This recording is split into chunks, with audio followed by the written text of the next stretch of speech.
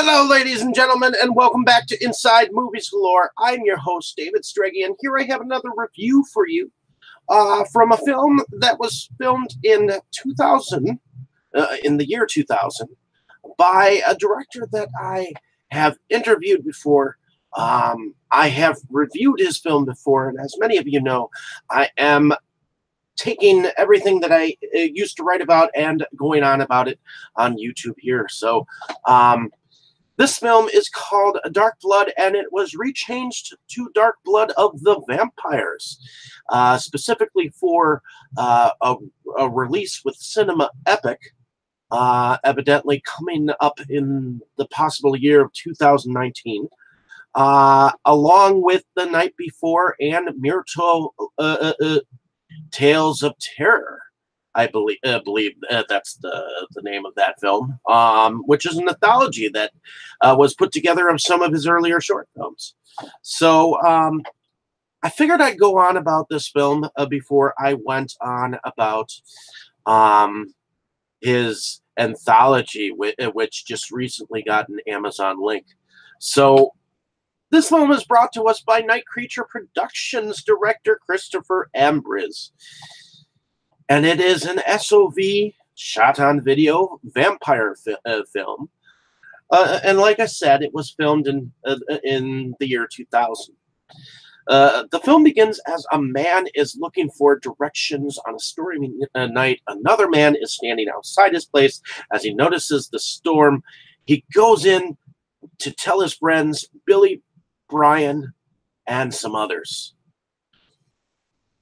Meanwhile, the first man, as we find out his name is Lupus, runs into an ample-breasted young woman named Catherine on the street as she shows him a coffee shop. He leaves, then arrives at home where another young woman is sleeping. We find out that this man is a vampire, as he seems to control her into letting him cut her arm and suck her blood. Next day, a couple of Brian's friends were walking by Lupus when one of them threw something at him, and he vanished. Turns out that the girl John is infatuated with, Catherine, is hanging out more and more with this new guy Lupus, and they're certainly getting it on hot and heavy in a private section of a local arcade in what looks like a Red Lobster, which is weird. After spying on Catherine and Lupus, John finds out that Lupin's a vampire, and quite possibly he has seen too much. All I can say is, for a small micro-budget film, this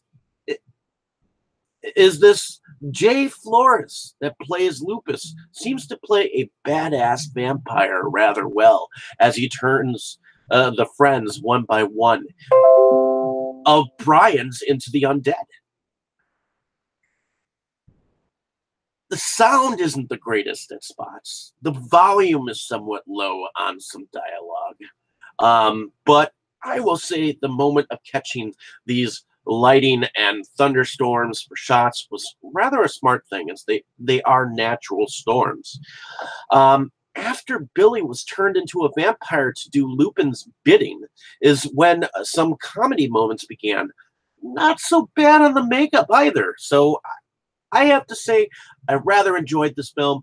Though slow in its attempt, I think horror fans may enjoy this feature as they give this film a watch. And I hope that this film finds an avenue for people in this coming year. I'm glad that I was able to get to see it the way that I had, and I'm glad that I had the interview that I had too. So check that out when you get a chance.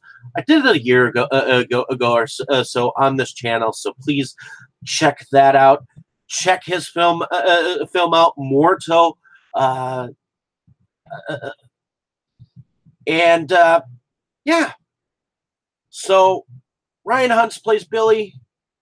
Michael Cantu plays Brain. Claudette Chero plays Catherine.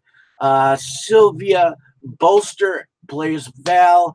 George Carroll plays George, and Courtney Randolph plays Sally. So please check this film out if you have a chance. If you get a chance to find this film on Cinema Epic later on, definitely check the film out. It's definitely not too bad from the year 2000. Thank you so much. Hopefully you enjoyed my review of this film.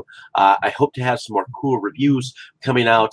Definitely have to check out Mirato when I get a chance. So please like, share, and subscribe, and have a great day, evening, or morning, wherever you are.